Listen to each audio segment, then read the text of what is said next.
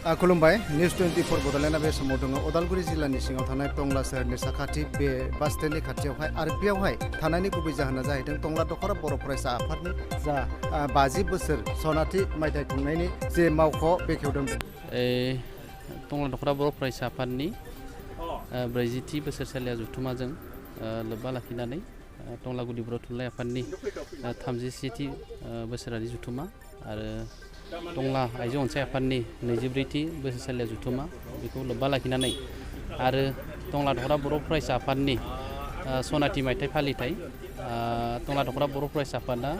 1971 आरो 72 मायथाइयाव गायसनजादोंमोन आरो बेजों फैयै फैयै दिनै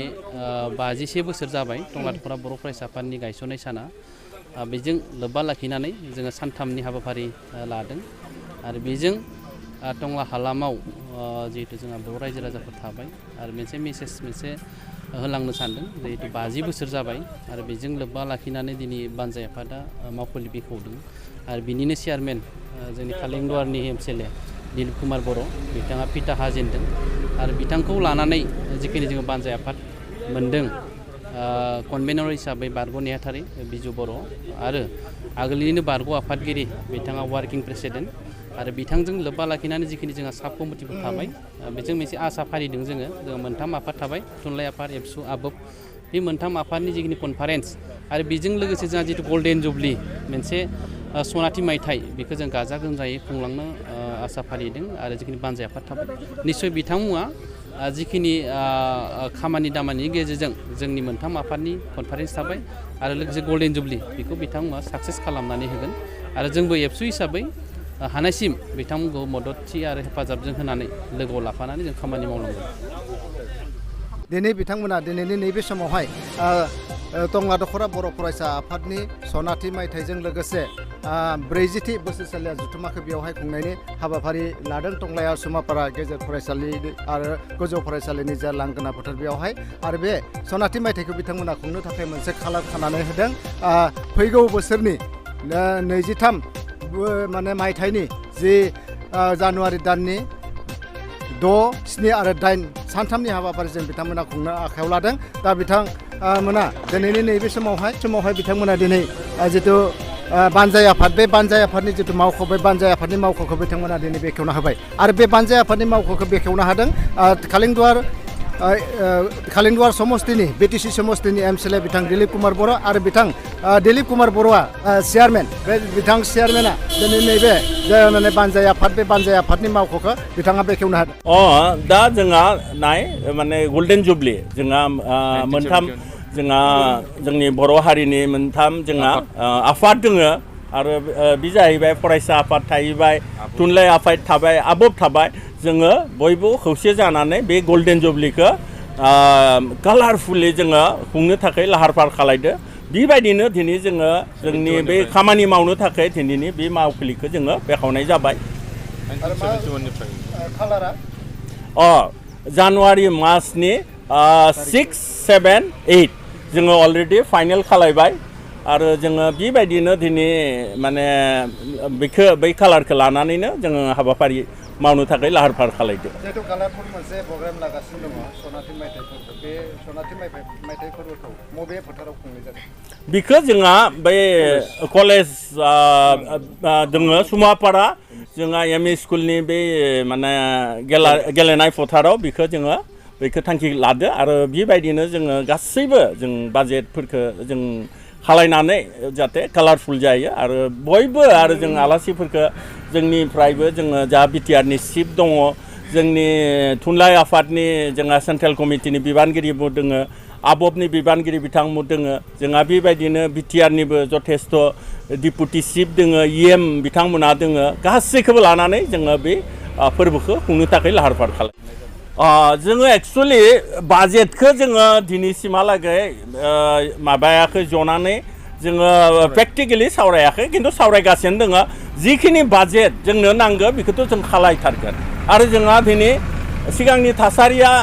आलादामोन खिन्थु दिनैनि थासारिया बहुद सोलायबाय आरो जोंनि गेजेराव मोनसे खौसेथिया फैबाय आरो जोंनि गेजेराव दिनै जोंनि मानसिनिफ्रायबो जोङो दिनै बेयाव जथेस्थ' सहाय सहयोग लानानै जोङो खुंनो हानाय लामाखौ जों नुहुरदो बेनिखायनो जिखिनि बाजेट नाङो जोङो बे बाजेटखौ लानानै जोङो बेखौ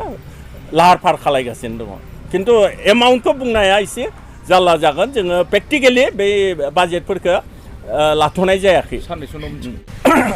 जोंहा नाय जोंनि बर' हारिनि बिमा बिफा होनना बुङोबा जोंहा दिनै थुनलाइ आफाद थाहैबाय फरायसा आफाद थाहैबाय जोंहा आइजो माहारिनि आफाद होनोबा दिनै आब'बा थाहैबाय बेनिखायनो दिनै जोंनि हारिनि बे जोङो बे जोंनि गासैबो जोंनि संगठनफोरखौ जोंनि गेजेराव जोङो फोथांना लाखिनांगोन दिनै सरकाराबो जोंनि दिनै प्रमद बर' बिथाङा जोंनि चिफ आरो बिथाङा दिनै फरायसा आफादनिफ्रायनो फैनाय सासे गोख्रों आफादगिरि बेखायनो बिथांनिबो जोंहा जथेस्थ' मदद जों मोननो थांगासिनो दङ बेनिखायनो दिनै आं खावलायगोन आङो दिनै जोंनि बे आरसि कमिटिनि जोंहा बिखेबाव गोख्रों जोंनि मावथि फारिया बिथांमोना बिबान मोनदो बेनिखायनो बेखौ जों कालारफुलि खुंनो हागोन आरो जोङो मावनो गोनां गोबां खामानि दङ दा जोंहा जोंहा साब कमिटि दोङो दा गोबां बिबानगिरि दोङो बिथांमोनखौबो आं खावलायगोन आं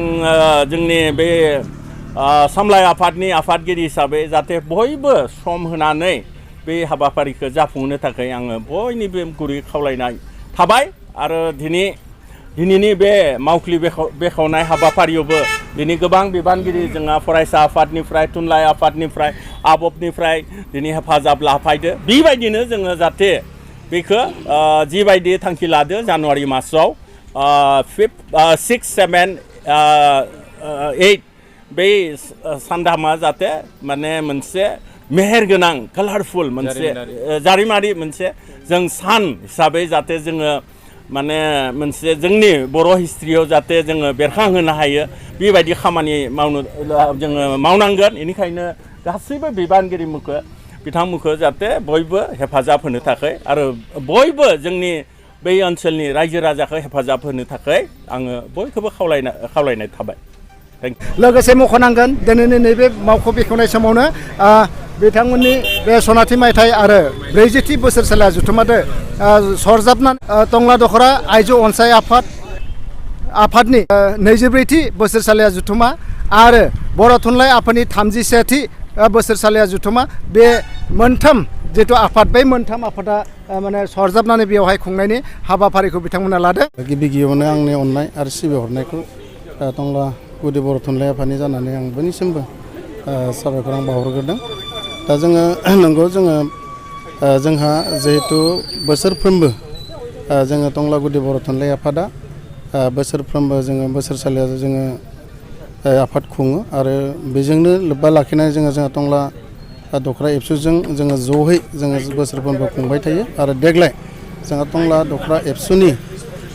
जिथु माने 50 बोसोर जिथु जाबाय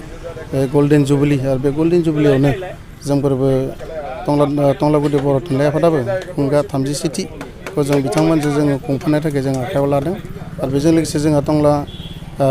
आइजो अनसाय आफाद बिथांमोनाबो जयैनो खुंनो आखायाव लादों आरो बेजों लोब्बा लाखिनानै जोङो टंला गुदि बर' थुनलाइ आफादा बोसोरफ्रोमबो जोंहा मोखां लाइसि बागुरुम्बाखौ जोङो बोसोरफ्रोमबो दिहुननाय जायो आरो देग्लायबो जोङो नैबे मोखां लाइसि बागुरुम्बाखौ जों देग्लायबो जों दिहुननो थाखाय आखायाव लादों आरो बेयावहाय जोंनि जिहेतु सानथामनि प्रग्राम फैबाय थानाय 2023नि 6, 7 आरो 8 खालार बे 6 आरो 7, 8 खालारखौ जोंनि बे सुमापारा गेजेर फरायसालिनि गेलेग्रा फोथाराव जों सानथामनि हाबाफारि खुंनो थाखाय आखायाव लादों आरो बेयावहाय जोंनि टंला गुदि बर' थुनलाइ आफादाबो जोङो जिहेतु गल्डेन जुबली टंला दख'रा एबसुनि बानजायनायावनो जोंबो बेयाव जों टंला गुदि बर' थुनलाइ आफादनि जानानै जोंहा फुल सापर्ट होगोन मदद होगोन आरो बेजों लोगोसे जोंनि टंला ओनसोलनि जिखिनि माने फोरोंगिरिफोर लानानै बुद्धिजिबि इन्टेलेक्सुयेल मेलेमजिबि गासैबो रायजो राजाखौ लाफानानै जों बे सानथाम हाबाफारिखौ खुंफुंनो थाखाय जोङो गोख्रों माने आखायाव लानाय जादों। दा दिनैनि बे खुंनो लानाय गल्डेन जुबलीयाव जों आइजो आफादनिफ्रायबो बोसोरसालिया जथुम्माखौ खुंखानो लादों। दा बेनि आगोलावनो बुंनांगोन आङो 2021 मायथाइनि मार्च 1 मार्चआव आङो बे आफादगिरि बिबानखौ मोनदोंमोन दिनै 2 बोसोर जाबाय दा 2 बोसोर जानाय लोगो जोङो बिबान गथायनो जाबाय बेजों लोगोसे लोब्बा लाखिनानै जों दा देग्लाय थुनलाइ आफाद आबसु आरो जों आबोब खौसे जानानै आफादखौ खुंफानो लादों बेयाव जोङो जोंनि बिबानखौ सोलायनाय जागोन आरो जोङो देग्लाय थारमाने गांसे खुगा लाइसिबो दिहुननो लानाय जादों मिथिंगा रानि मुंनि बेनो आरो जोङो जिमान हायो जोंबो आबोबनिफ्राय जानानै बिथांमोनखौ जों मदद होनो नाजागोन आरो बे आफादखौ लाफानायानो जाबाय जोङो जाहाथे बयबो खौसे जानानै सामलायलांनो हायो उननि आइजोफोरखौ जोङो मोनसे मोजां बिथोन होलांनो थाखाय जोङो दिनै बिथांमोनजों एखेलगे खुंफानायखौ जोङो सानदों एबा आखायाव लादों